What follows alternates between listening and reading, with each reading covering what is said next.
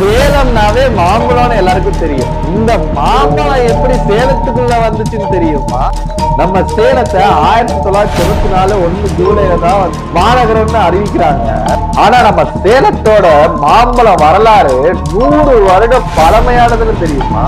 நம்ம சேலத்தோட வறண்ட வானிலையும் செம்மண் பூமியும் தான் இந்த மாம்பழத்துக்கு இவ்வளவு சுவை கொடுக்குதுன்னு தெரியுமா? அந்த காலத்துல மழை இல்லாத டைம்ல வறண்டு போன பூமியில கூட இந்த மாம்பழம் சேலத்துல மட்டும்தான் இவ்வளவு சுவையை கொடுத்தனால சேலத்தோட இயற்கை அதிசயம் தான் இது. இங்க நம்ம மாம்பழ வகைகள்ல இமாம்பஸ், சேலம், பெங்களூரு, நடுக்காற்று வாசனையிலேயே சொக்க வைக்க நாட்டு சாலை மாம்பழம் ஏகப்பட்ட வெரைட்டிஸ் இருக்குன்னா தெரியுமா? வருஷத்துக்கு பல டன் மாம்பழம் நம்ம சேலத்துல இருந்து உலகம் முழுவதும் போகுதுன்னா பாருங்களேன். இந்த சீசனோட மாம்பழத்தை நீங்க சாப்பிட்டீங்கன்னா சேலம்னு ஒரு கமெண்ட போடுங்க.